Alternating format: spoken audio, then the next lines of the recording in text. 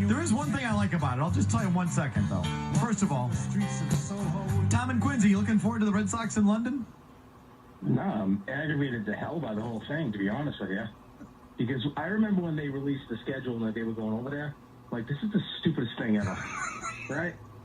So the thing that kind of pisses me off, it's like, this should have been like an exhibition game in March. Totally. Not. Hey, what's going on, guys? It's about 12:15 Saturday afternoon. Premiere episode of the Corner Booth with Tom McCarthy, Tom and Quincy. Pretty cool to have my first one ever. I'm going to bring on my co-host, Adam, and then we're going to introduce our guest for today, which we're pretty excited about. Adam, hey, what's up, buddy? Tom? What's going on, buddy? Not much, man. How you doing? I'm doing good. I'm excited as well. Yeah, I think it's going to be a nice talk. I got some Red Sox stuff going on today. I know you're like pumped. I know you're pumped. Yeah, I'm looking forward to it. Looking forward to talking to him. So, we're going to have former Major League Baseball player Jeff Fry, former second baseman of the Red Sox, is more what but he played for the Rangers, the Rockies, the Blue Jays. Good defensive second baseman. I always enjoyed watching him, especially when he was in Boston. So we're going to bring him on. We're going to talk some baseball for a few, if that's cool. I'm going to bring him on right now. Oh, hold on. All right. Hey, Jeff, guys, what's up, man? How's it going, fellas? Good. It's going good. How are you? Good, man. I'm glad we finally found a time to get together, and I know one of us had to take the day off of work or a little bit off of work today to make this happen, so I appreciate it. We got to do what we got to do, Mm-hmm. Sometimes having a day off is good, though, too. I'm not going to argue there. So, Jeff, I want to get this out of the way. This has been my question since I read the date. What were you thinking on this day 30 years ago? Oh, man, I was 30 years ago. Wow, I didn't realize it was 30 years ago. Yeah, the day I got called up to the big leagues, man, it was surreal. I didn't think it would ever happen. And when you actually get that call, it's like you get chills through your whole body. And then immediately you're so excited. You got to call everybody. And then immediately you're like, get a little bit of nervousness. Like, oh, now I'm going to be on the highest stage there is of the sport and hope I don't screw it up. So where were you whenever they made the call? I was in Louisville. I was playing for Oklahoma City 89ers, AAA team for the Rangers, and we were on the road in Louisville. It's 9 a.m. Got the phone call. The unusual thing about it is normally we take our phone off the hook. Back in those days, none of us had cell phones. It's 1992. We didn't have cell phones. And the long cords, baby. Yeah, and we had, we were in a hotel. And normally we would either get a do not disturb or take our phone off the hook because with the little bit of meal money we got per day, we really couldn't afford to eat 3 meals. So we had to sleep till lunchtime and then go eat and then go to the field. And I got a call at 9 a.m. and for some reason the phone wasn't off the hook. And it was my manager, Tommy Thompson.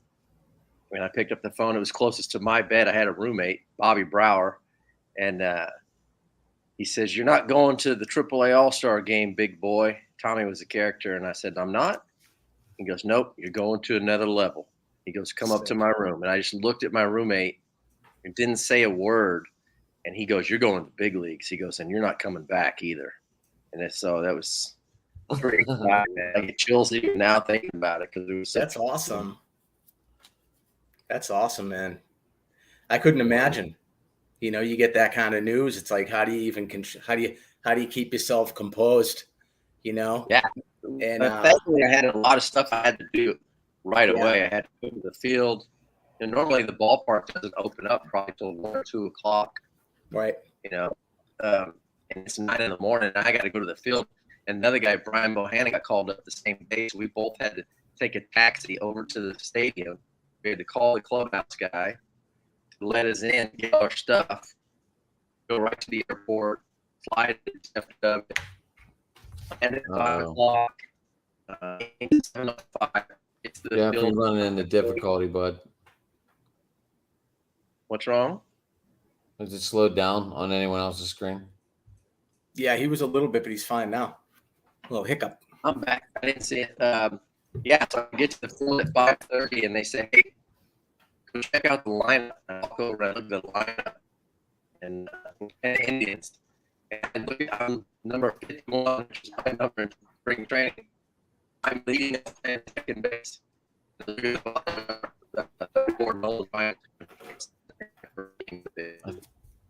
run into. Did we lose them? I think so. All right, so Jeff has had some technical difficulty, but hopefully we can get him back on the line here. I'll send him a text. Okay, what's going on? Dude, imagine getting that new. That must be pretty cool, though. You might Right, be a guy. They're getting ready to go to the AAA All-Star game. They're like, yeah, no, dude, you're going to the pros. It's like, wow. That's that must be an unbelievable feeling, an unbelievable phone call to get, you know. Right. Very cool. Jeff, are you back? Yeah, you guys see me? Yeah. Yep. Yeah, it went hayward. I don't know what happened because I saw myself on the screen the whole time. Yeah, I did too, and it sounded like you were going do, and I was like, that's what caught my eye. So anyway, you got your phone call at like 9 a.m. Coach was telling you this is what I caught before it broke up. Coach told you weren't going to the All-Star game, you're going to the big leagues and never returning. Yep. And then that's where it started going a little hayward. And then I caught like little bits and pieces of you were trying to get a hold of the equipment manager. Yeah, we had to go over to the stadium. And normally the stadium would probably open up about 2:00, and so we had to get a hold of the clubhouse guy and go over there about 11 and get all our stuff and pack up our stuff and then head to the airport in Louisville, fly to Dallas. We landed at 5 p.m. The game's at 7:05. Oh, God. 30-minute drive to the stadium, and go in there, and they say, hey, if you hurry up, you can go take batting practice. And I'm like, what time is batting practice over? They're like, 5:50. I'm like, I don't have I was like, I'll go take infield at 6:10, so I go take infield. Before that, they said, hey, go check out the lineup. I walk over to the lineup on this little board, and it says Jeff Fry, number 51's leading off, playing second. And at the bottom of the lineup, Nolan Ryan's pitching for us that night. Sick. That's awesome. Right into the fire. My first game. That's nice. Yeah. I was a little nervous, but luckily it all happened so fast I didn't have much time to think about it. I think it's better that way than if I'd have had to sit all night and wait for the next day, I might have just been more nervous. Yeah. You had a hell of a plate. You have a hell of a plate day that day, didn't you? I think you went 4 for 5. I went 2 for 3, 3 runs scored, a walk, I think a triple, sac fly, player of the game, my first game. That's pretty cool. And then all downhill. That's good stuff, man. That's awesome. Yeah, Jeff, it was when you came to Boston, I admired the way you played, like very hard-nosed player, and you were a very good hitter. I think you were almost 300 for your career. I enjoyed watching you at Fenway. I had seen you a few times. I like that kind of baseball player, and you kind of fit into the kind of player that I enjoy to watch, Thank you. You love the game, you don't half-ass it ever, which is fantastic. So, I appreciated you playing here. I've been pretty fortunate to see some pretty amazing players through my life come through Boston. And I have favorites, and one of my favorite second basemen that I've watched, I've been watching the Sox for like 40 years or so, so I thought you were a really good player. I just enjoy the way you played. I like the way that you went about it. I wish more guys played with that. Like Pedroia did after. But I feel like a lot of guys now, they don't hold it so dear to them. It's kind of the money so outrageous. They kind of don't have to, Yeah. But I'll just say I just admired the way you played. I liked your style. You're not a big lumbering guy. You know what I mean? And I just liked how you went about it. And you seemed to you had pretty productive years in Boston. And some guys that come through here coming from another city, they don't. Some people just simply don't like Boston. They don't like the way the fans are. They don't like the way the media is.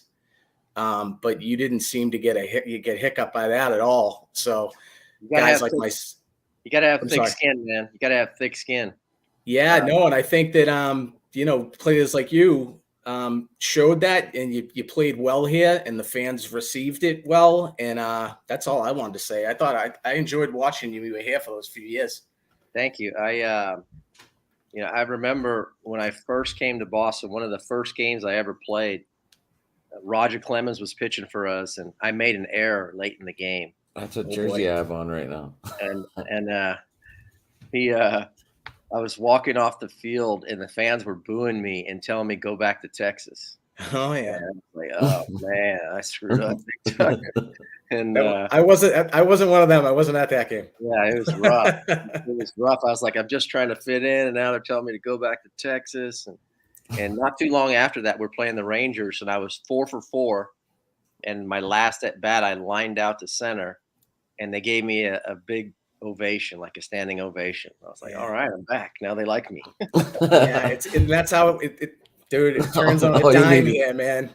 All you need is a good game. And all you got to do is play good, and they'll love you. That's it. How it is. That's it. Seems like you showed up and played every day. Yeah. I mean, did you prefer a scheduled day off, or how did you like to work your schedule? No, I wanted to play every day. I was disappointed if I showed up and wasn't playing. Because I mean, did you look up to like Cal Ripken, how he played every day, or? Yeah, I have a Cal Ripken jersey hanging in my living room. Is it signed by chance? Yes, personalized to me. Yeah, it's really nice. Awesome. Yeah, and I mean, when I was in junior college, I got in trouble with my coach, Mark Pollard, because when we go in for lunch, breakfast and lunch, you have to sign your name. And I signed Cal Ripken Jr. And we were at a team meeting, and coach goes, all right, which one of you guys is Cal Ripken Jr.? And I raised my hand. He goes, they can't write your name, show that you had your lunch if you don't write your real freaking name. So write your real name. I was like, all right, coach. So he was all right. I won't do that again. And I got to play with his brother in Texas, Billy. So that was cool. Yeah, that's right. He did play in Texas.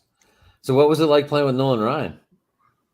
It was cool. It was cool. It was, he's a living legend. And there's a little bit of pressure when you're playing second base behind Nolan Ryan. You don't want to make any mistakes.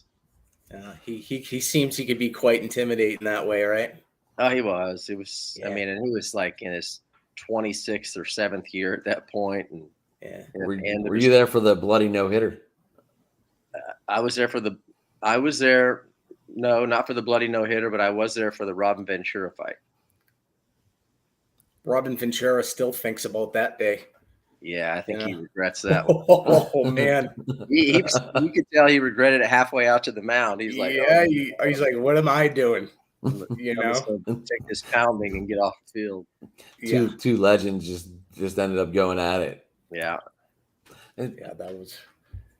So what other good memories you got in Texas before we get to Boston coverage? Oh, I remember coming off a road trip one time, and I was feeling good, man. I was hitting like 330 or something like that. It's my second or third year in the big leagues, and it's a day game in Texas, and I run on the field, and they're playing I forget where we came from, but they're playing the song by Thin Lizzy called "The Boys Are Back in Town." Oh yeah, I know. And I'm sitting out there. I'm standing at second base. I just got chills right now. So I'm standing at second base, looking around, going, "I'm freaking raking right now," and starting second baseman for a Major League Baseball team. It's like this is like unbelievable. This is really happening. That's awesome. That was my how does that feel to be in the moment of being able to play in Major League parks? Well, I mean, it's really cool. You think about it. If you're a starting position player in the major leagues, there's only 30 of you Right. in the world. And it's like, man, there's 7 billion people in the world, and there's 30 of us doing this right now. It's like that. Not many people can say that, which is funny. And now on my social media, the people that hate me said I sucked when I played. all the guys that didn't play, all the guys who, Are we talking about the start of the high school team tell me that I sucked. So it's funny. That's funny. You played for major league teams and have the jerseys. Yeah, I still have them. That was I was going to ask, do you have them all framed or? No, I just hang it in my closet and just normal stuff. Away, and I don't even know. Sometimes they let us keep them, but sometimes we just threw them in our bag after the season and took them home. I still have. So I play on a 40 and over Red Sox team. Our team is the Red Sox, a 40 and over senior league. Yeah. And I wear my BP tops that I had when I was with the Red Sox. Oh, the big blue and Red Sox. Yeah, that's what I wear in my games. Nice. Are we talking about these ones? I don't think I was supposed to. Are we talking about those ones? No, I think he's used the batting practice jerseys. It's like a mesh looking thing. Yeah. I know what you're talking about. Yeah. With the blue with the Red Sox across the chest, like a mesh top like that. Yeah. And I was real good buddies with I still am with Joe Cochran, who is the head clubhouse guy when I was there. And I was like, Joe, I'm taking these home with me. Sorry, you guys. Charge me $50 if you want, but I'm keeping them. So I still have. So they don't always let you take home your jerseys and everything with you at the end of the season.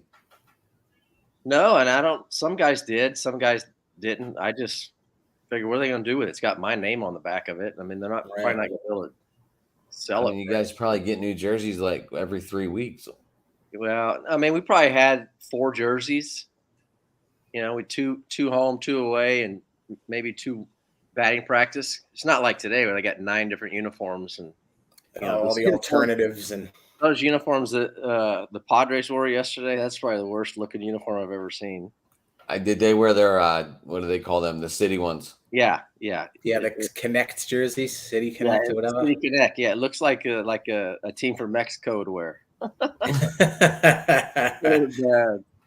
Well, the Boston ones were yellow, because they went with the Boston Marathon theme. The colors of the marathon.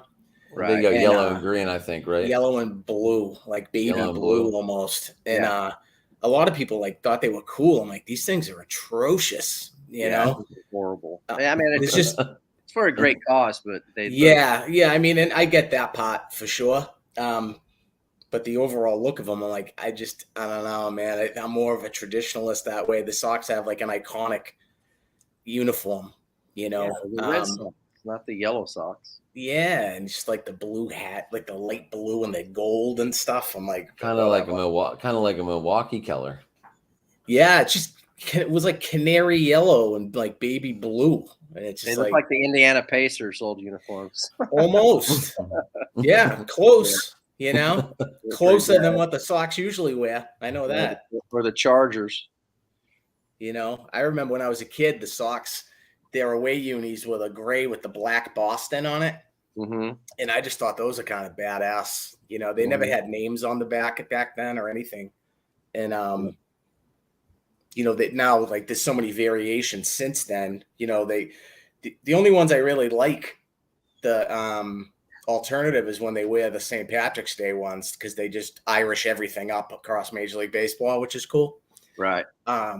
So I like those, but other than that, I can do without the 50 million variations and alternative nights and days and this color hat on this day and that. It just seems like it's obviously for money. They're selling them all, but I'm more of like the Yankees pinstripes, the Sox regular unis, the Dodgers regular unis. Those are iconic uniforms. You shouldn't F around with them, I don't think. I agree. My opinion anyway. I hate when we wore the throwback uniforms. Yeah. Those were horrible. Those things are like wool, It's like 95 degrees in Boston in the summer. We're wearing wool uniforms on a day. It's like wearing a burlap sack running around. Oh, it's horrible. We're also on the sleeves hang down past your elbow. Were you here? Were you in Pittsburgh for the 1903 World Series reenactment? No. Whenever the Pirates played the Red Sox here in Pittsburgh. No, I'm like right outside of Pittsburgh, Jeff, just to let you know. Okay. No, it was like, I don't know what year we started doing interleague play, but we were playing the Braves in Fenway. Yeah. And it was a throwback, like a Sunday day game, and both teams wore them. And they were, man, we all felt so uncomfortable. Oh, I bet. Did you don't get to keep those? Those all go to auction, right? I kept it and actually sold the jersey to some guy in Toronto who wanted to buy it. Really? Yeah, he paid me like $500 for this jersey. I was like, sweet. Right, you want it? Hey, you want it, man? You have at it, man. It's sitting in my closet, and I'm never going to do anything with it. And yeah, I think it was like $500 this guy paid for it. So speaking of Toronto, you hit for the cycle. How was that like? That was cool. It was my last year in the big leagues, and it was a pretty rough year. I hurt my knee in spring training and didn't have a great year, and actually went to the park knowing we were playing the Rangers, didn't know if I was playing. And I get to the park and I'm hitting ninth, and Darren Oliver, who was my old teammate, was starting for the Rangers. So, and it was kind of just a crazy day. I hit a blooper to right that Ricky Leday let bounce over his head. I got a triple. Then I hit one in the gap. Then I hit a homer off Pat Mahomes. And then I needed a single for the cycle. It was bottom of the seventh, and we were winning 11-2. And I was like, man, what if I hit one in the gap or the corner? I went up to Cito Gaston. I said, what if I hit one in the gap right here? He goes, stop it first and tell him I told you to. Nice. He goes, yeah. Sure enough, I hit a line drive in right center that I had a for sure double. And I was taking a huge turnaround first, yelling at the first base coach, Garth Orge. And I was like, what do I do? What do I do? He goes, stay here. So I took a big turn and went back. I didn't know that, only Kelly Gruber had hit for the cycle for the Blue Jays, all those great players they had. I had no idea. Yeah. And I was a second. Yeah. I caught a lot of flack. I still catch flack for stopping at first. Really? Even though Cito Gaston, who won four pennants as a manager, back-to-back World Series, and 2 World Series, he told me to. And there's still, my haters on social media that say, well, you talk about hustling all the time. Look what you did. And I was like, you don't even know. I hit for the cycle, dude. Like, yeah, I do one selfish thing in a 15-year professional career, and that's what they remember. I'm no good. So whatever. Haters are still fans, Jeff. Yeah. I'm sure you've learned that over the years. Right. That means they're still paying attention to you, and they're they're fans regardless. They're paying attention to you. Yeah. So that's pretty cool. Yeah, I was curious to hear what it felt like, what was going through your mind and everything else whenever you did the cycle. Especially to do it. I went from hitting like 218 to 250 in one game, so that was a good thing. Right. Right. How did it feel to do it more against your old team, like where you started? That was good. But I always played good against the Rangers. It's something about when a team kind of gives up on you and you go to another team, you want to make them pay. So I had some pretty good games against the Rangers. Have you been to the new park? Yeah. Invite or fan? Both. Did you get to go to the World Series when it was held there with the Dodgers? No, I didn't want to go watch other teams play in our ballpark in the World Series. I wasn't sure, just trying to go watch baseball with everything that was going on. Yeah, it was kind of crazy. Obvious time for, in this country. And I don't know. I probably could have went, but I wasn't really that excited to go see other teams playing in the hometown park. Yeah. But it is a nice stadium. I mean, I played golf yesterday. It was 106 here. That's nothing, right? It's like 70 air conditioned in the stadium. So 106. Oof. And you probably went out first thing in the morning too, didn't you? I teed off at 1. Oh man, you went out right in the dead heat. Yeah. I felt it at the end. I had a great round, and I triple bogeyed 18 to shoot 77. It's usually the other way around for me. Like I'll birdie 18 and know I want to come back. Yeah. One good hole, man, and bring him back. Right. So how is it playing in the over 40 league? It's really fun. I've really enjoyed it, and I never did it until I guess last spring. I had one of my old clients asked me if I wanted to play. I was like, man, I don't want to go get hurt out there. And all right, I'll try it. And I go play one game. I had the best time, and I hadn't seen live pitching in I don't know how long, 25 years or something. And I got like two or three hits and made some good plays in the field. And I was like, man, this is pretty fun. And so now I'm playing in my second season. We just went 15-0-1 on the season. And first round of the playoffs, we swept a doubleheader. And so we're 17-0-1 on the season. And we have the finals next week, the championship. And I won't be here. I'll be out of town. Oh, no way. Yeah, I'm going to leave tomorrow for Wyoming. Going to go up to Yellowstone and going up to Cody, Wyoming for the Celebrities Against Cancer charity event that I went to last year. And it's fun. We have a golf tournament. They have we go to the rodeo. They have MMA fight and get to hang out with a bunch of guys that played in the big leagues, the NFL, the NBA. There's wrestlers. Hacksaw Jim Duggan goes. Oh, The world's fastest man at one point is there. Gold. So it's just, I mean, last year there was, I don't know, me, Denny Nagel, Mike Hampton, John Rocker, Otis Nixon, Sid Bream, a few other guys I'm forgetting. And then this year we have me, Rick Rona, Mike Lansing, who I got traded for. Yep. Let's see, Joey Hamilton, Roy Oswalt, John Rocker will be there again. So it's going to be a good time. That's cool. Very cool. So you guys all gonna hang out, or how's that work?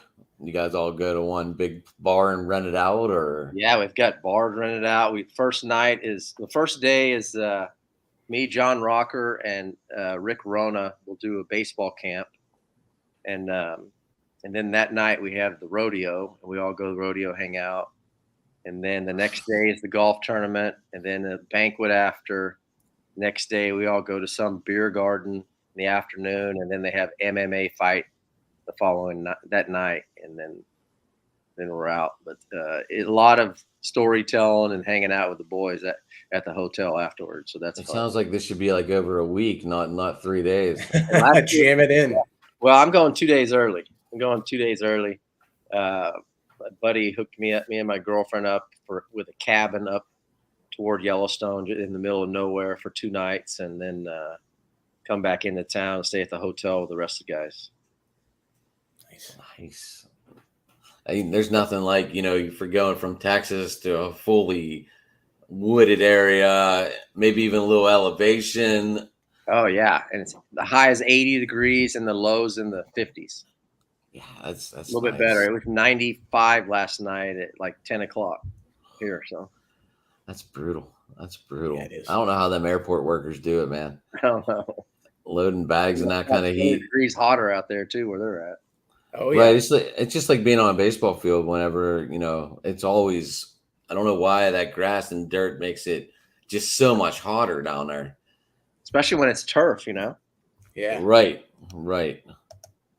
So what, you've seen a good bit of stadiums over your career. Which ones were your favorites?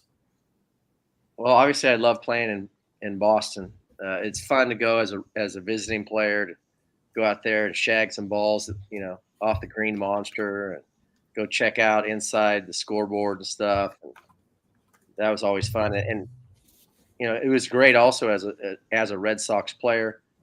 Our facilities weren't quite up to par with a lot of the newer stadiums, but we had the history. Yeah. There was a bone in the locker room on this table that they said has been there since Ted Williams played. And, you knew that Babe Ruth played in that ballpark, and Carl Yastrzemski and Fred Lynn and Jim Rice. It's like, just because of the history, it was just really cool to be a Red Sox player. But I really liked going to Camden Yards. That was a fun place. Jacobs Field, I loved hitting there. Only got to played one game or one series, I think, in Chicago, in Wrigley. But and actually, I liked going. At first, I hated New York till Giuliani kind of turned that city around, and then it was fun to go play against the Yankees, the Red Sox. Nothing like. Yeah, how was that rivalry? Oh, it was incredible. It was like you could feel the electricity, and the Roger Clemens Pedro game. Oh God, yeah. When Trot That's went good deep. stuff. Oh Yep. my God, I got a great story about that. If you want to hear it? Let's do Absolutely. it. So I think it was the 9th inning, and I was 0 for 3. I think it was like a 0-0 game, maybe 1-1. I don't know. And Roger and Pedro were both still in the game. And Roger throws a pitch up and in on me that hits the knob of my bat. And I pretended like it hit my hand, and I'm jumping around. I start to go to first, and the umpire says, "No, foul ball." And I'm arguing, knowing that it hit my bat the whole time. Yeah. And I'm like shaking my hand, and all. Jimmy Williams comes out of the dugout, and he's arguing. And he always had his arms crossed like this when he argued. He's like, "Well, I don't know. Look at him. He's hurt. He's hurt. What do you mean he didn't get hit? He didn't get hit."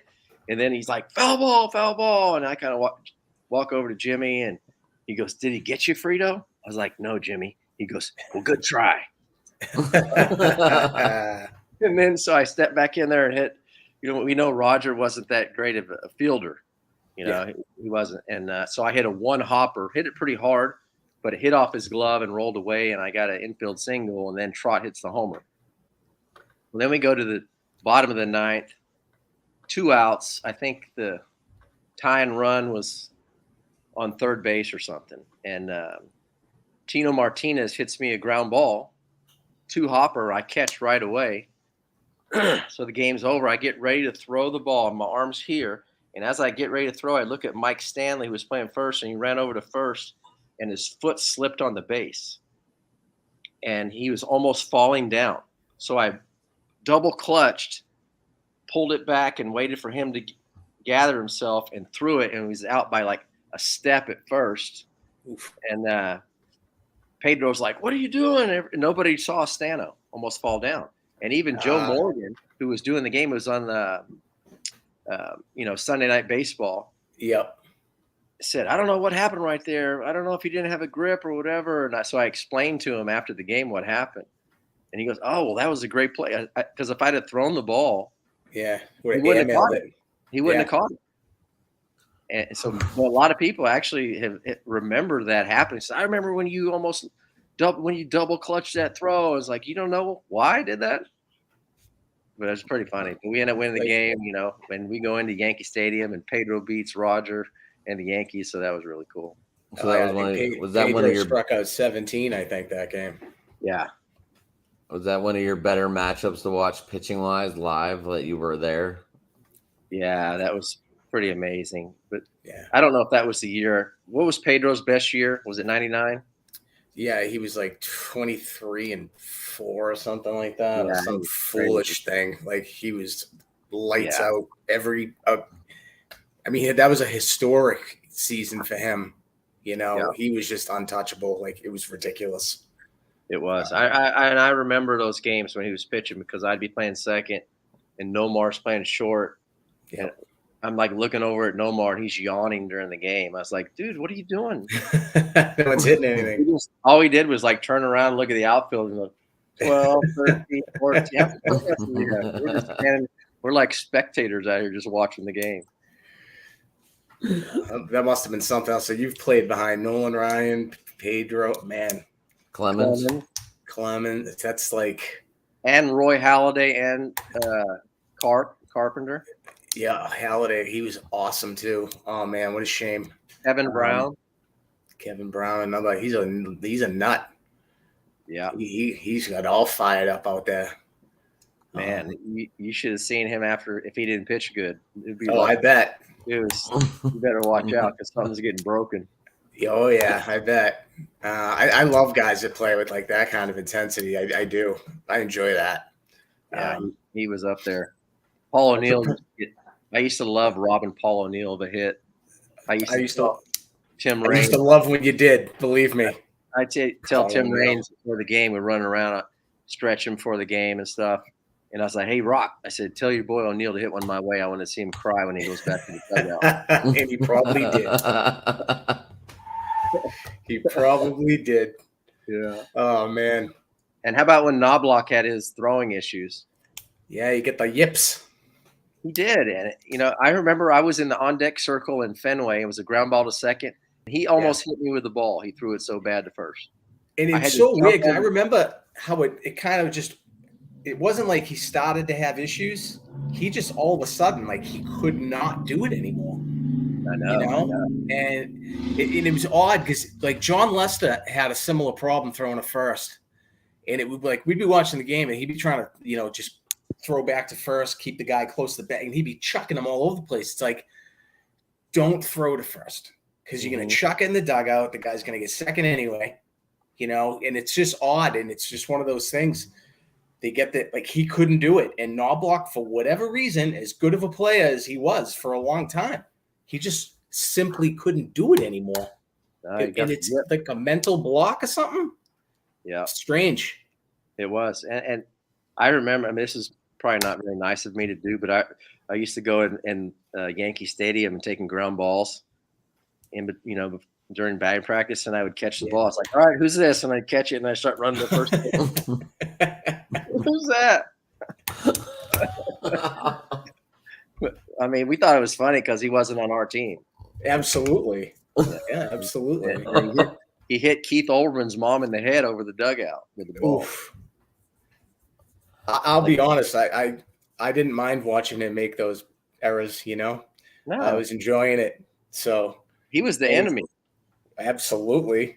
100%. I mean, you don't wish anyone to go through that kind of mental block. No, it is funny whenever. Yeah, I enjoyed the outcome. I was surprised when it was the Red Sox and Dodgers. I think in the World Series, and the Dodgers had decided that they were going to run on Lester. Yeah. And Kike Hernandez, I remember he led off the game. He got to first base, and he's taken like a 35-foot lead, and Lester will not even throw to first.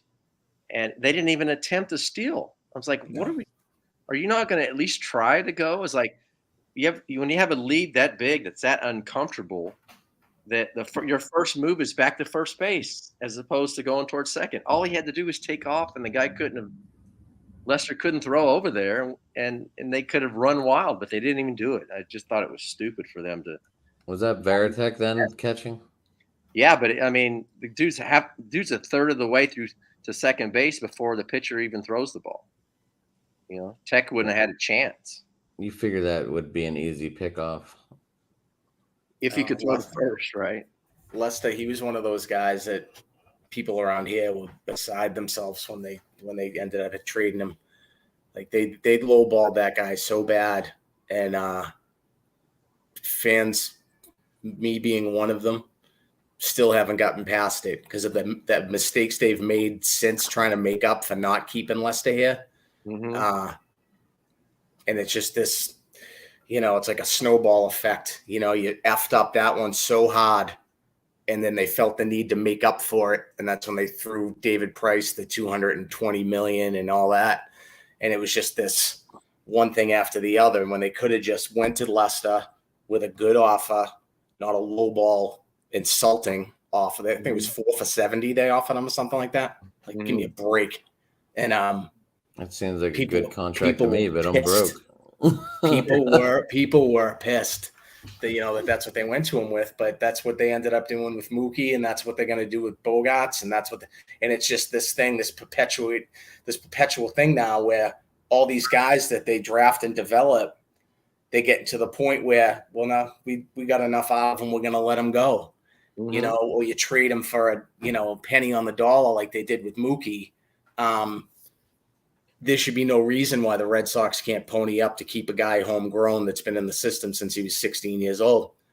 And it's just, they're not. Like, the whole thing is when I was younger, they went out and they got whoever they wanted, and they simply don't do that anymore. And it's so frustrating to see, because now we already know that Bogarts is gone. He's opting out after this year. They're not going to give him what he's looking for. And especially when you see what the Yankees are doing. The Yankees team, they got Stanton, who was the Marlins' best player. They got Donaldson, who's MVP, LeMahieu. Yep.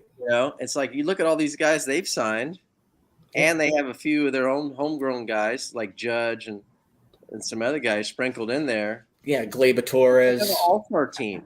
Look at their lineup. They take the Rangers' best player, Joey Gallo, and he bats 8th, I think. Huh? He bats 8th or 7th, depending on. He batted 9th last night. And that's a perfect example of somebody who's not built to play in a city like New York. Right. Or Boston or Chicago, where there's pressure, maybe LA. And some guys just thrive in the small market cities where there's no pressure. And you bring a guy like Joey Gallo, he was a franchise player for 5 years for the Rangers, and he goes to New York and he's a backup outfielder hitting 165. Yeah. That's Jeff, do amazing. you feel like when you mentioned the analytical stuff earlier, guys like Gallo, right? The whole 3 true outcome stuff that the baseball's going through now, walk, home run, strikeout, whatever. When I was younger, I always said, I'm like, there was guys like Dave Kingman and Rob Deere and these guys, Pete Incaviglia, that would bat 220, strike out almost 200 times, hit the 30 home runs. And it was maybe a few of those guys sprinkled across the league. And I feel now, and tell me if you feel the same, it's like some teams have 3 or 4 of those guys on the roster at once. Yeah. And it's like the days of, like what I said to you earlier, you batted 290 for your career. These guys now, they can't sniff 230, but they hit 35 home runs. Franchi Cordero is a perfect example of a player that I cannot stand. He's an analytical darling with the expected home runs and the expected batting average and the expected. But the results aren't there to meet the expectations of what the nerds say he should do. He's simply not an everyday Major League Baseball player. And he sure as hell isn't an everyday baseball player on a team with a $260 million payroll. Right. So do you see how these teams now, where they're led by the analytical side, like the nerd side, where they don't consider intangibles because there's no stat for that. They don't consider, what you do close and late. They don't consider clutch performance. They don't consider how a guy plays. They simply see what they think he should do, and then they go with it. Yep. And does that frustrate you as a guy that played in the league for as long as you did, and how baseball used to be, as opposed to where the trend it's gone to now, where it's gone so far one way, like the pendulum has swung so far? How are they going to get that back to the middle, where I understand the point of view with the analytics, and in the regular season, sometimes it works, but the teams that are full on analytical have never won. Mm-hmm. Do you find that to be an issue? It drives me crazy. Yeah. I don't know how you can keep running a guy out there who can't bat 200 in the major leagues. Right. Exactly. I don't know what your numbers say. And all their numbers are based on, over the course of a 162 game season, exactly. If we do this, but we've got to win today's game. Yes. And is having a guy batting 165 who strikes out 40% of the time going to actually help us win a game today? Yeah. You know, how about a guy who gets on with a walk, or a guy who can beat out an infield single and move a runner over and take the extra base? Right. You know, it's the manager's hands are tied because they're being told what to do. We saw what happened. We saw what happened with the Rays against that the was Dodgers in Game 6. disgusting. You know, Blake Snell. the baseball gods got him, man. You know, it's frustrating Snell. because you feel like it's a predetermined situation. It's like they're not taking into account the feel of the game because they have what the numbers say it's supposed to be.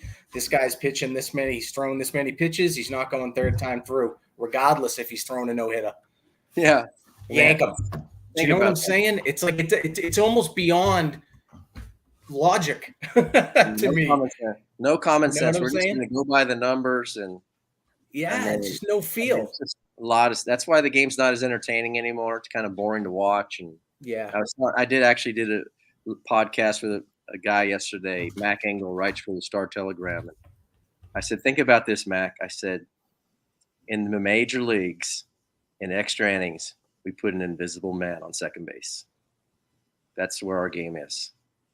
It's not a softball thing in extra innings. That's like a select ball. That's like a we only have neighborhood a field. wiffle ball game. We gotta, every game's an hour and 45 minutes, and we gotta end this game. So if we go extra innings, we gotta do the California rule or something like that, where we got, where baseball's always one of the beauty things about baseball's there's no clock. Yeah.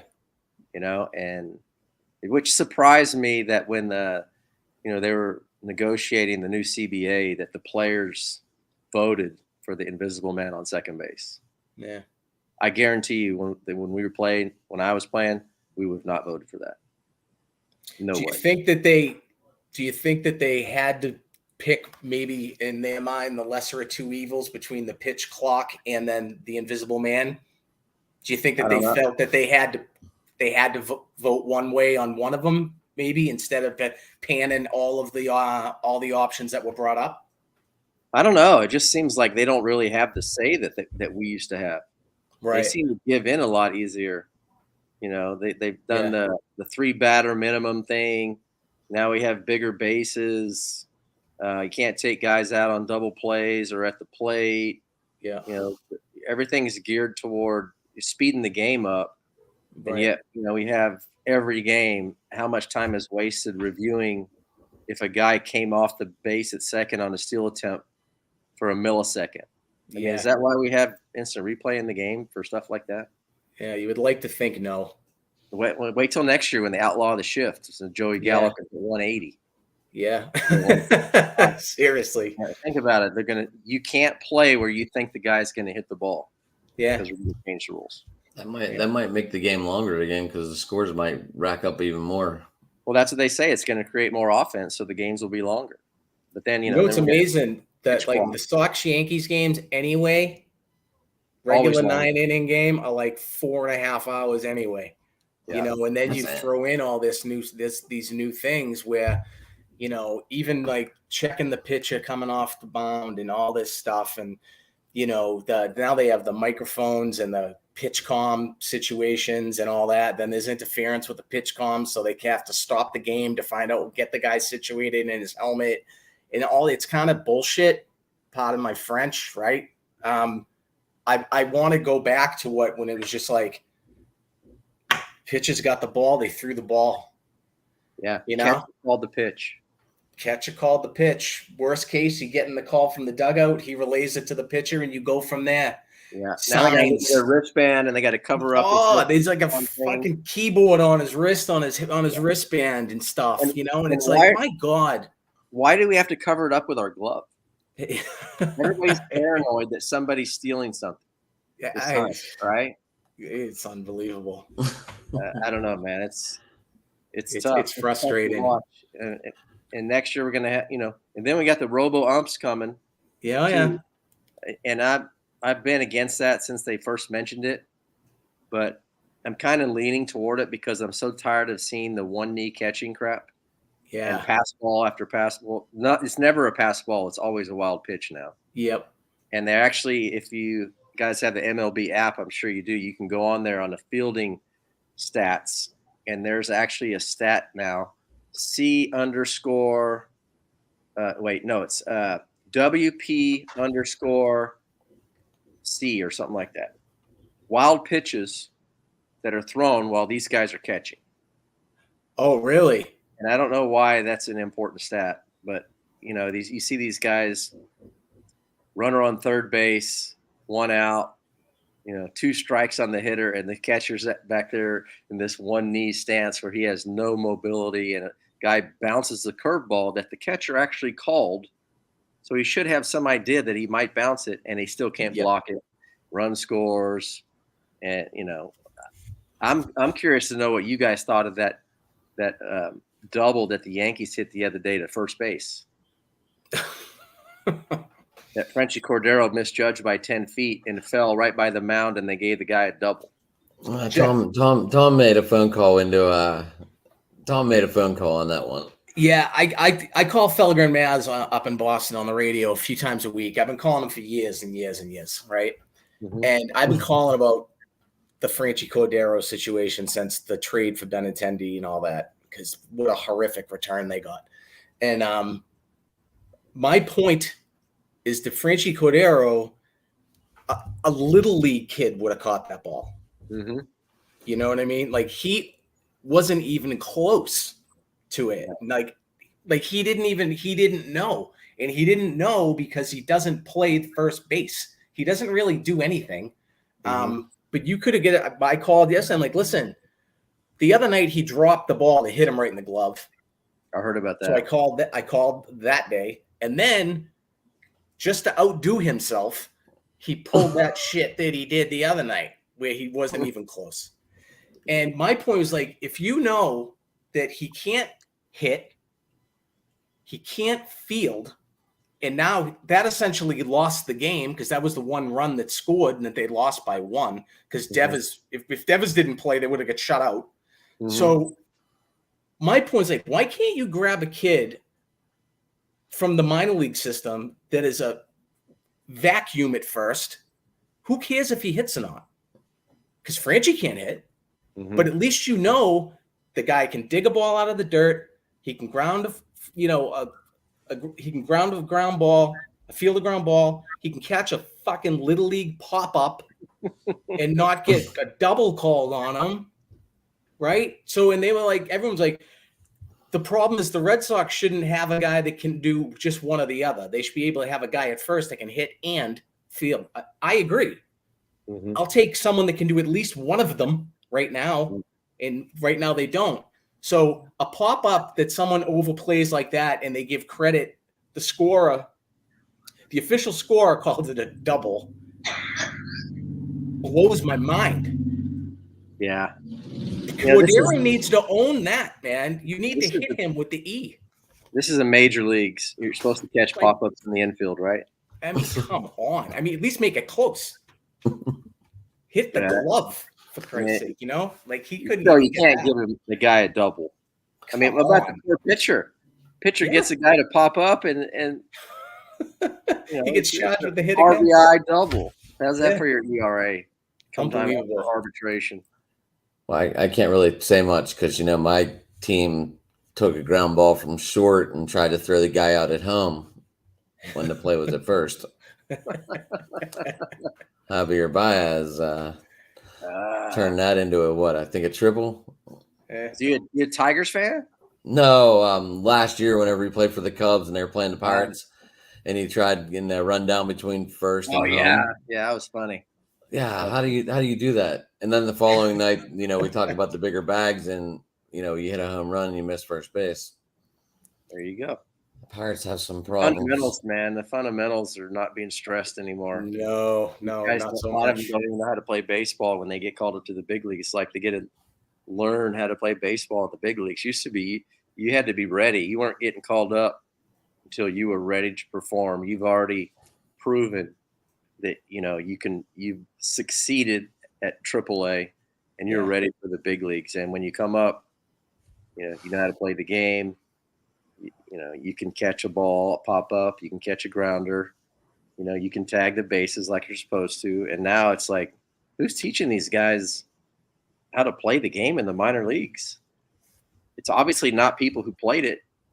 No, I think it did. I think that again, I think the analytical mode is taken over with. It's not that guys aren't putting the work in to, hone their craft, as some would say. Mm-hmm. Hitting is a lost art at this point. How many guys in the league are actually good hitters at this point? Manny, I love that guy in Minnesota though. The guy hitting 350. It's just and the there's a few pitchers too. I have a good friend that works for an organization, and he went down. He goes out and works with pitchers in the minor leagues and stuff. And he's talking to a kid, and he's like, what are you thinking right there? He's like, I mean, you think you maybe go down and away on that guy to get him? He goes, well, I don't know how to do that. He goes, what do you mean you don't know how to do that? He goes, no, they just want me throwing fastballs up in the zone. Yeah. But that's it. Yep. He's like, yeah, that's with fastballs with, a lot of spin up in the zone, top part of the zone.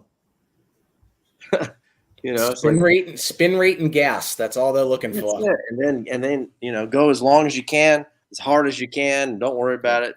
Trying to go 6 innings and get I never thought 6 innings and 3 runs was a quality start. That's a 4.5 ERA. Yeah, I agree. That's a quality start. And, now it's very – I looked the other day. I posted something the other day about Greg Maddux. Greg Maddux started 740 games in his career. He had 109 complete games. Okay. Halfway through, I think through the first 80 games, it was about 80 games per team. So 2,400 games in the major leagues as of a couple days ago. 13 complete games. Yeah, and I think the Sox have 2 of them. And 20 teams have 0. Yeah. Yep. That's why you see now there'll be a no-hitter.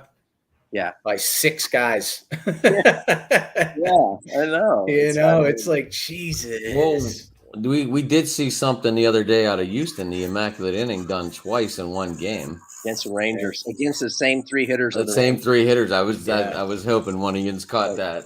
Wouldn't you at least maybe take one pitch and see if you maybe think. Right. You would think so. But not nowadays, man. It's a different world. I'm telling you. It is. I don't know how we're going to fix it, man, because if it keeps getting worse, I'm just going to stop watching altogether because I can barely watch now. It's brutal. You think it's Manfred? It really is. I don't blame it all on Manfred. I mean, he obviously is with all his rule changes and stuff. I don't agree with that, but it's the owners have hired all these Ivy League guys who are really smart, don't know baseball, and they got rid of all of the the baseball men, the lifers who know the game and can go out to a ballpark and without a stopwatch and without a radar gun and tell you if a guy's a good player or not. Well, they got rid of all those guys, and now if you look at even where scouting has gone, is I have friends who are in the scouting industry and they're told who to go look at because they have these systems that they can monitor like every college at bat and pitch, and so they just look at the numbers and see, the spin rates and strikeout numbers and all this stuff. And one of my buddies says, one of the the interns in the scouting department said, "Hey, you need to go to this college. They have 3 guys who have really good spin rates. You need to go see these guys. It's like a D2 school that's had 1 player drafted in its history, but now they have 3 guys that this scout has to go look at because of their number." I mean, it's a shame, to be honest. Like, I miss the way baseball used to be. I do. I still watch the Sox every single game, and I bitch and moan every single game about it. You're a fan, though, Tom. It drives me crazy how some of these things are. And it's just like, why are they doing this? It defies logic, honestly. It really does. It's super frustrating.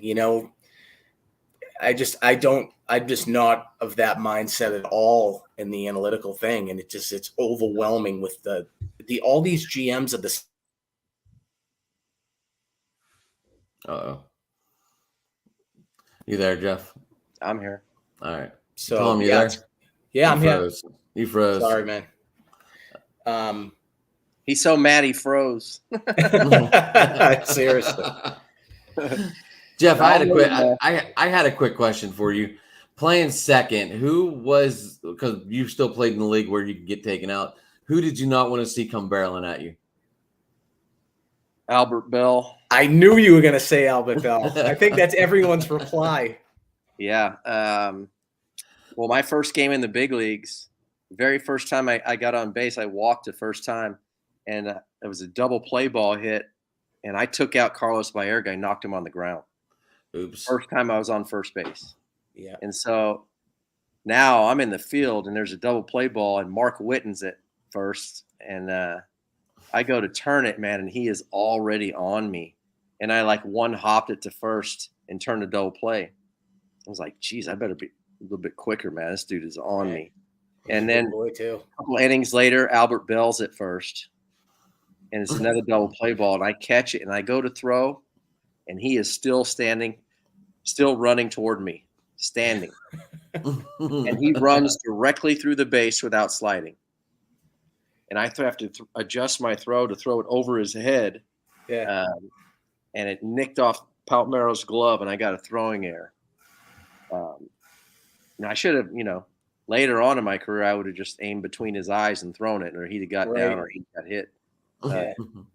But I mean, I remember Kirk Gibson coming in one time, and Benji Gill was at shortstop, and he kind of double clutched and threw to first, and Gibson slid. I mean, he sounded like a Clydesdale coming in there, and I was standing there, and he goes, "He did you right there." I said, "I didn't turn that shit anyway," and I walked away. Paul Molitor got me one time real good. I mean, right in the shin. But those guys, I mean, we all did that. It was our job. Yeah, that was the steel spikes too, right? Oh, yeah. And if you didn't go in hard, you were going to hear it when you went in the dugout. Yeah.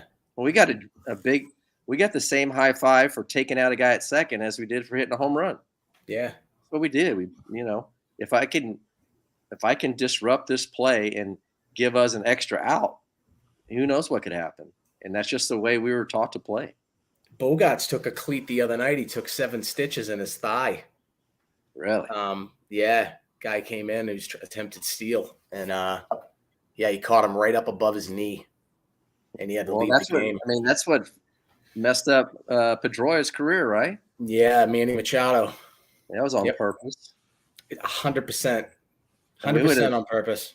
We would have handled if they threw at him, but we would have handled that back in the day. I remember John Wasden, and y'all referred to him as way back Wasden. Yep, I remember him. He was pitching one day, and we're playing the White Sox, and they hit John Valentin in the wrist and broke his wrist. But it was unintentional, but it didn't matter. Yeah, if it was unintentional. You just hurt our guy. So I went up to Wasden in the dugout, and I said, "You get the first 2 guys right here." I said, "Smoke the next dude." Yep. And he was a rookie. Yeah. And he goes, "All right." And I was like, I didn't know. You never know if a guy's going to follow through, And so he gets the first 2 guys out, and I'm like, "All right, let's see what happens." Ron Karkovice comes up. I remember him. First pitch, he smoked him right in the ribs. He hit it so solid that Karkovice went, "Ugh," and the ball fell straight down. Wasn't glancing. And Karkovice took his bat and tossed it away and went to first. And after the inning, I went over to Wasden. I said, "You just earned every one of your teammates' respect for doing that." Yeah. That's what we did. We had, we had our boys' backs, and that was the unwritten rule. We always had Pedro. With Pedro, oh yeah, somebody, Olmedo Signs. We're in Oakland. I think we have, what's his name? It was either Wakefield or somebody. It was a little soft tossing lefty that we had was pitching, I think. And Olmedo Signs. Tony Fossas? No. I played against Tony, but I never played with. I can't think of his name. But he throws an 80-mile-an-hour pitch, and Olmedo Signs sticks his leg out and gets hit on purpose. And Pedro's in the dugout pitching the next day. He goes, "You want to get hit? All right." Next day, first AB right between the numbers. Oof. And it's like, "Yeah, you want to get hit? Go ahead." And Pedro don't throw very soft either. No. Did you see that?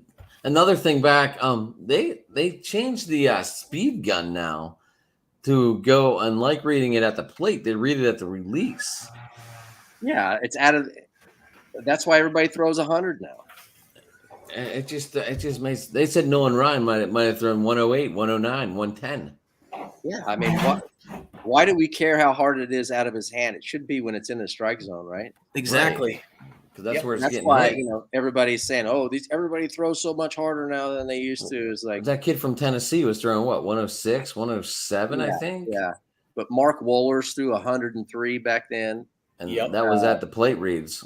Yeah, Randy Johnson, Rob Dibble, Randy Johnson, Robbie Nen. Yep. Billy Koch was 98. Billy Koch. There's some guys throwing gas back then, but everybody who says that the game is, who believe this fallacy that it's so much harder to hit now because all the pitchers are just so good. It's like, really? Are you watching these guys pitch? Yeah. These guys, the guys that came in the game, the young guys who got called up who were throwing mid-90s right down the middle, we crushed those dudes. Yeah. It's like, the harder you throw, the harder I'm hitting it. Because I just got to have a short swing, and I'd rather face Jarrett Wright or Bartolo Colon throwing 100-mile-an-hour four-seamer than Greg Maddux with his, wiffle ball sinkers and stuff like that, or Kevin Brown. Because we could hit those guys. Anybody that threw super hard four-seamers, we'd lit those dudes up. I think a lot of the problems now that I see with a lot of the excuse me, a lot of the younger guys, they can chuck 100. They don't know where the hell it's going. No, none of these guys have any control at all. They just whip it. I mean, Sox just DFA'd Robles. Perfect example. Mm-hmm. Throws 101. No friggin' clue where it's going when it leaves his hand. None. It's because they're throwers and not pitchers. Not pitches, exactly. Yep. But hey, the nerds like them. Right? If you can throw it at the top of the strike zone every time 101, you're going to be successful. Yeah. Because Joey Gallows of the world are swinging with their uppercut swings, and they out can't of their ass. And they can't. You can't hit those pitches. Go ahead, put Barry Bonds in that situation. I bet you Bonds takes on Dave. Oh, that dude could hit everything. That dude could hit everything. I mean, you look at some of the guys back then. You couldn't throw fastballs by those guys. You couldn't throw a fastball by Eric Davis or Gary Sheffield. Nomar. You couldn't throw a by Nomar. Tony Gwynn. Nope. Yeah, you couldn't do it. You had to throw off-speed change-ups, breaking balls to try and get those guys out because everybody could hit a fastball back then. I think one year Tony Gwynn had like 540 plate appearances and struck out like 19 times. Joey Gallo struck out 32 times in June. Right?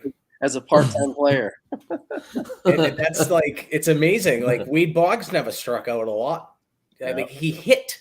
Like that's the thing. They knew how to hit. And these guys nowadays do not. They get up, they swing from their ass, and they launch them. When they get a hold of them, they go a long way. But man, the strikeouts are, 200 a year and this and that. I'm like, dude, you're striking out almost 50% of the time. I can't believe Trevor Story strikes out as much as he does. He's second in Major League Baseball right now.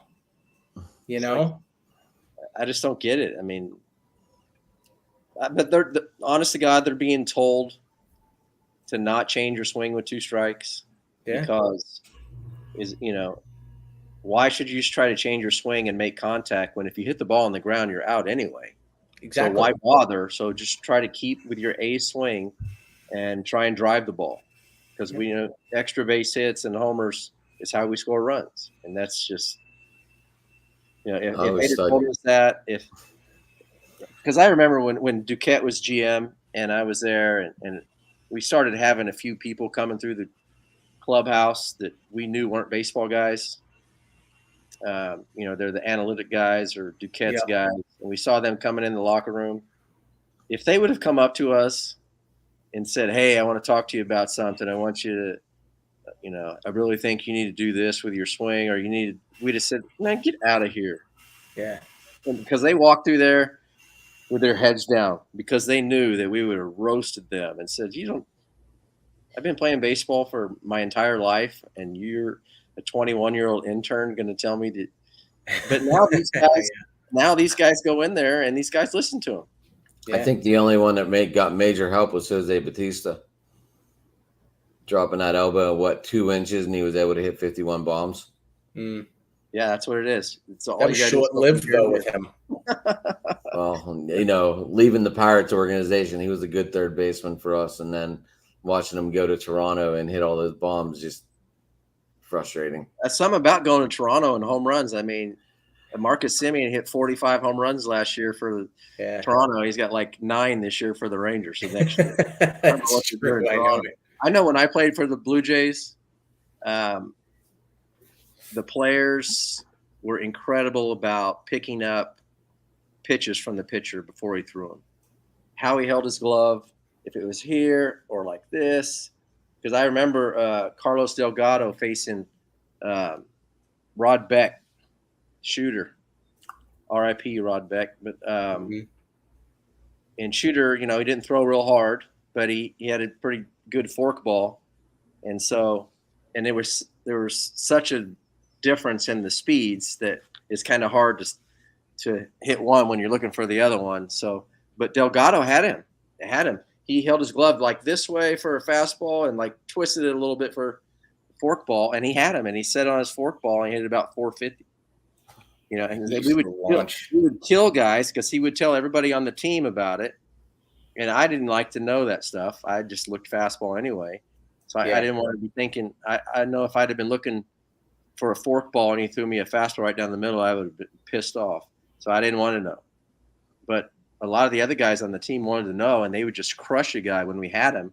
But then when somebody came in that we didn't have, we had no chance. Yeah. So that extra help helps win the World Series like Houston. Yeah, banging on them trash cans. So I mean, everyone picks up on signs and everything else, whether it comes from the third base coach or watching a pitcher over time. Do you guys do they scout for that? Yeah, they do. But we watch. They look for tells, right?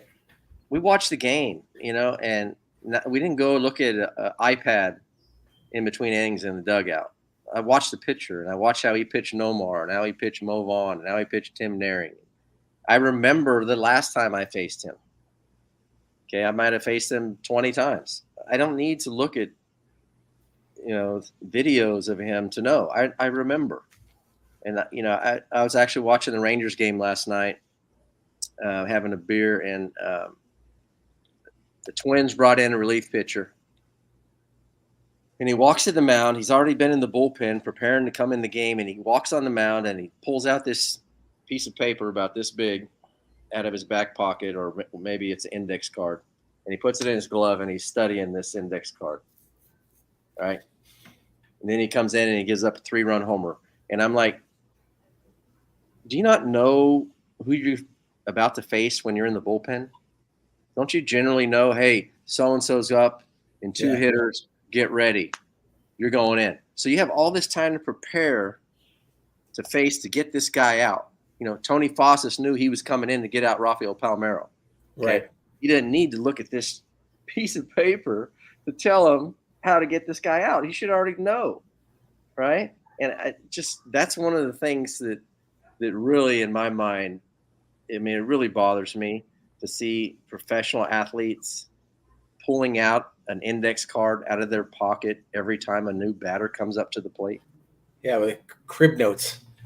I remember how to play Frank Thomas right now.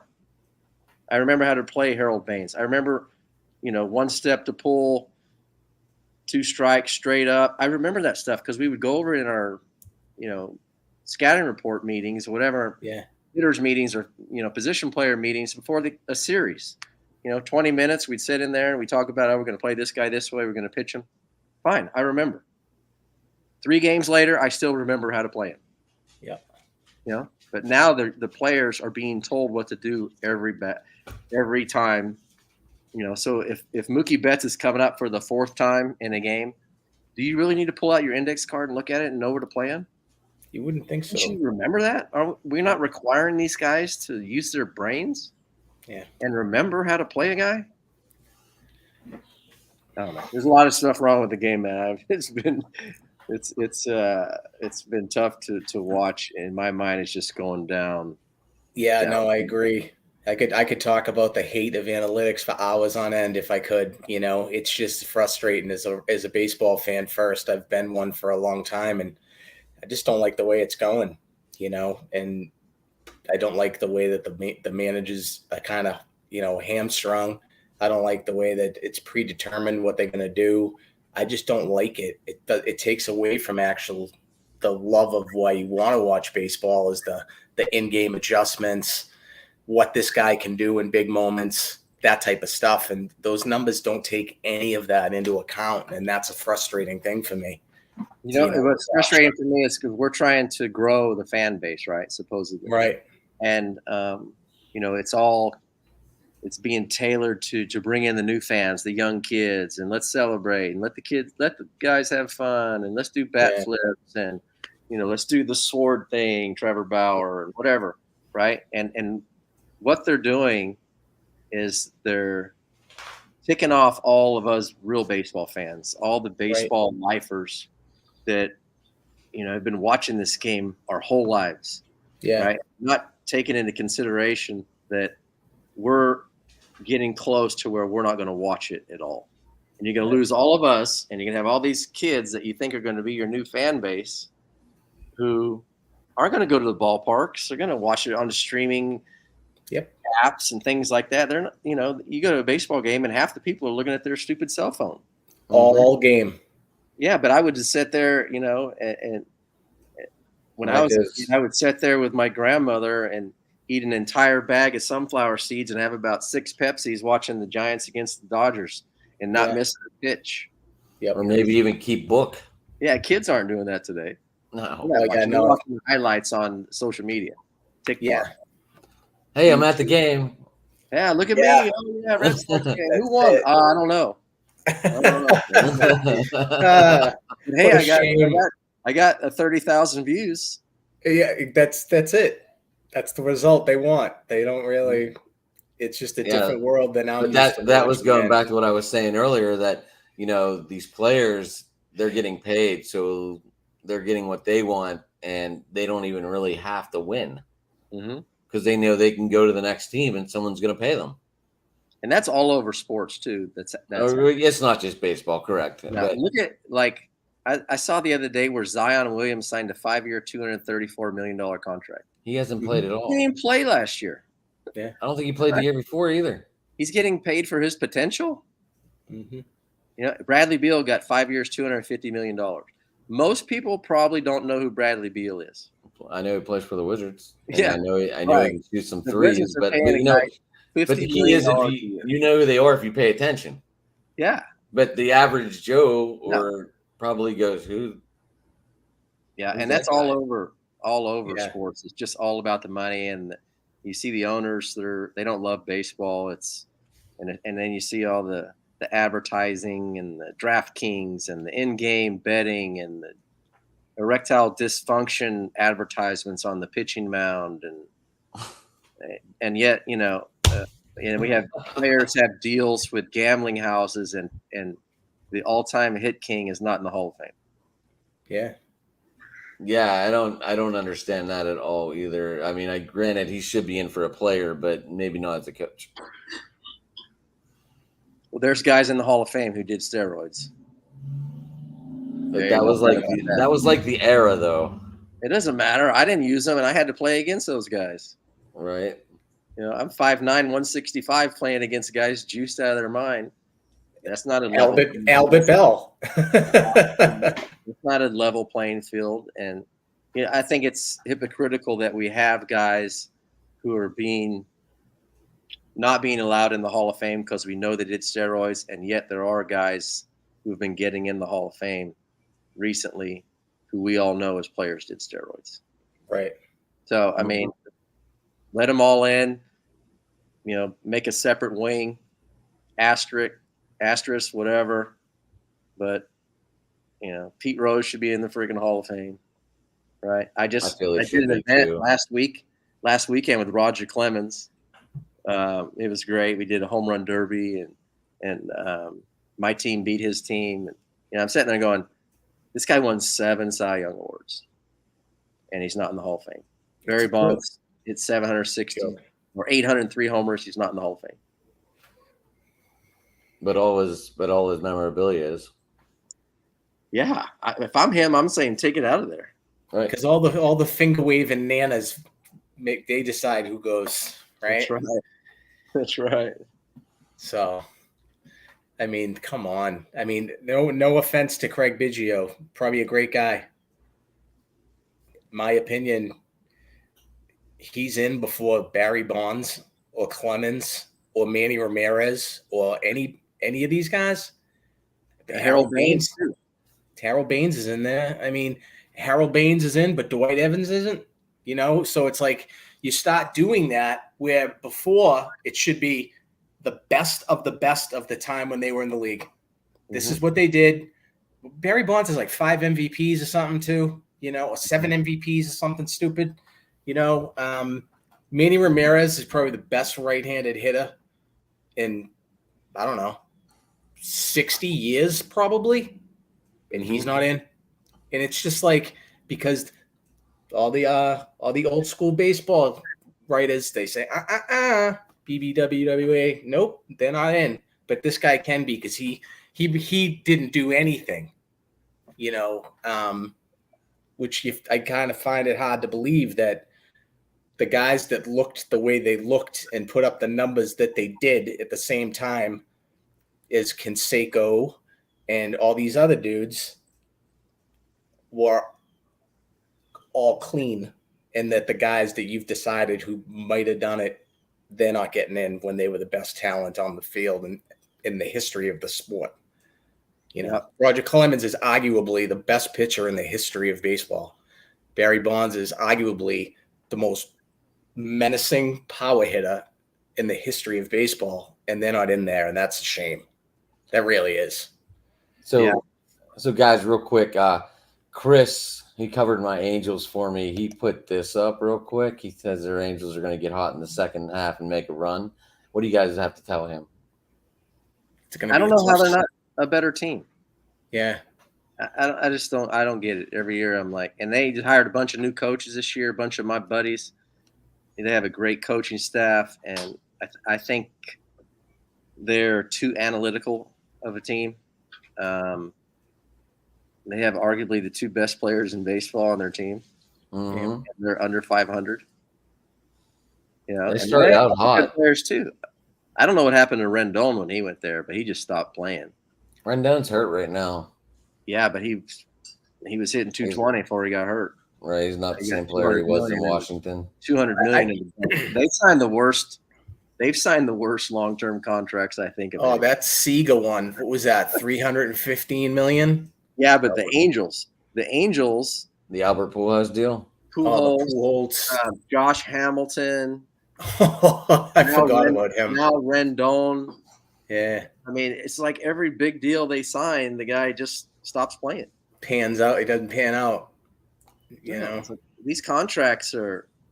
I mean, it's a joke to me that you're giving guys 12-year contracts. What incentive do they have to keep working? None. You know, it's like. But wasn't it Tatis? Tatis Jr. Yeah, he signed that 13 years. Yeah, and he's out the season. Yeah. You know, so it's like, I mean, Bryce Harper signed a 13-year deal. I think they were saying that Juan Soto's in talks with the Nationals on a 13-year deal. I heard that Juan Soto turned down $375 million. He wants $450, and he's batting .236 right now. Well, right. Speaking of the Phillies, Frank checked in and said, "Go Phillies! Good show, guys." It's because they got Schwarber. I love Schwarber. I do too. I wish they kept him here, man. I wish they kept him. when he did that thing when he messed up Oh, it's awesome. and he like tipped his hat. Oh, I love that dude. Fans loved him up here. He fit right in, man.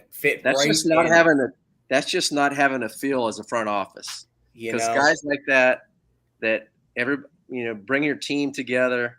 It's invaluable, man. You can't measure that with your analytics and stuff. And he was a perfect fit for the Red Sox. Yeah, he was good. I wish they kept him. And it's funny because when I called the other day, it was specifically about, again, the first base situation. I'm like, Schwarber has like 25 bombs right now, I think.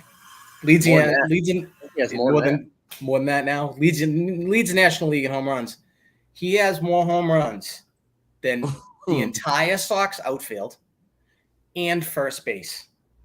I think combined, everyone in the outfield and Dahlbeck and Cordero have 24. He had 25 a couple days ago. It's why didn't they sign him?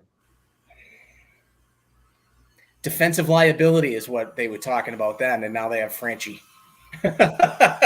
So I don't know. Talk out of both sides of their face in that situation, you know? Now, Jeff, are you ever going to get back into the MLB? Anything to do with their rules or anything? No, I doubt it. I think I pissed too many people off with my social media. I'm pretty sure Rob Manfred doesn't want to hire me. I don't know. Wait till Theo takes over as commissioner someday. Hey, you never know. You never know. You know? I just wasn't sure. You're still playing, so you still have the heart for the game. And I was just wondering if anyone's ever reached out to you and said, hey, why don't you come be a defensive coach or, show these guys how to hit 300 again or. They're phasing guys like me out of the game. They don't want guys with an opinion. A lot of people don't want that anymore. And I know there's a lot of guys like me that are still working in professional baseball that really are afraid to speak out because they just get rid of them. And you basically have to be a yes man and agree with what they're saying. And I left the Red Sox because I ripped the general manager in the Boston Globe. So you think that's going to go over well? The headline said Fry rips Duquette in the Boston Globe. So let me guess, Shaughnessy wrote that, right? No, Gordon Eads. Oh, it was Gordon Eads? Yeah. But, it deserved to happen. You guys remember that? Yeah. I remember. I don't. They hosed Mike Stanley. They released Mike Stanley over the clubhouse phone. Okay. The assistant GM. And I was listening on the other line. And I told Gordon before the game, I said, if they do to Mike Stanley what I think they're going to do, I'll talk to you after the game. Yeah. And sure enough, they did it. And he came and I let him have it. And next day, half the people on WEEI were dog cussing me because, you're not supposed to speak out against your boss.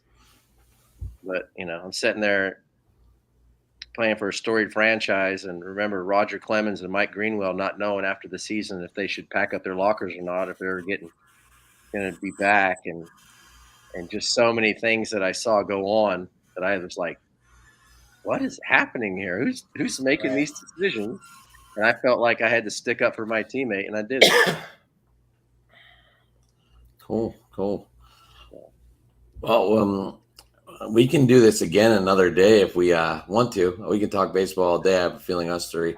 Yeah, I got to get rolling, man. I got to pack up for Yellowstone tomorrow, so I got some work. I think we've kept you for about an hour and a half. I think it ran a little longer than we thought, but I really appreciate you coming on and hanging. It was a great conversation, man.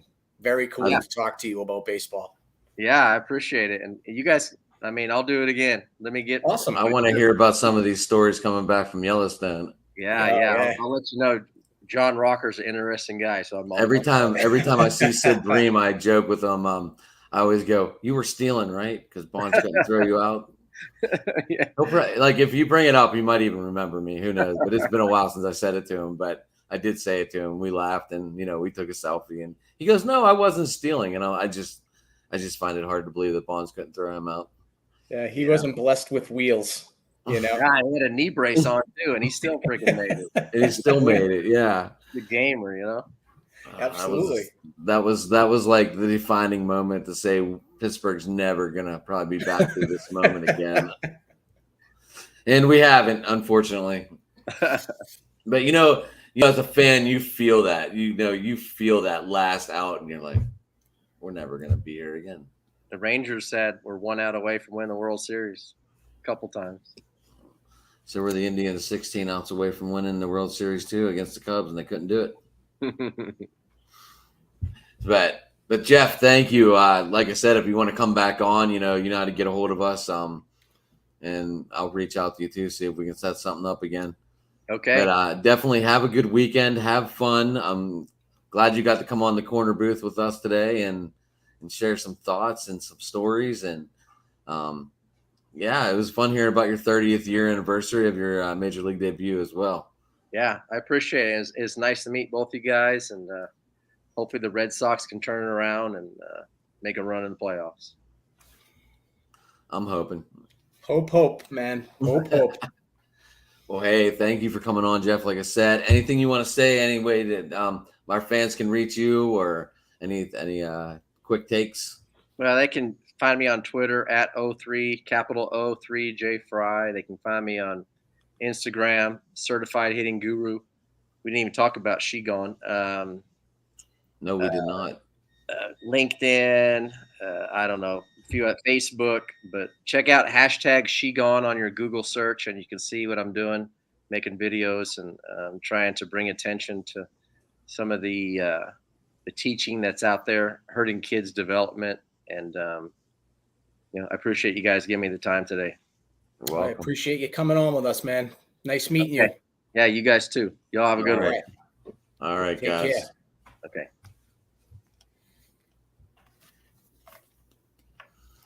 Well, Tom, that was a good show.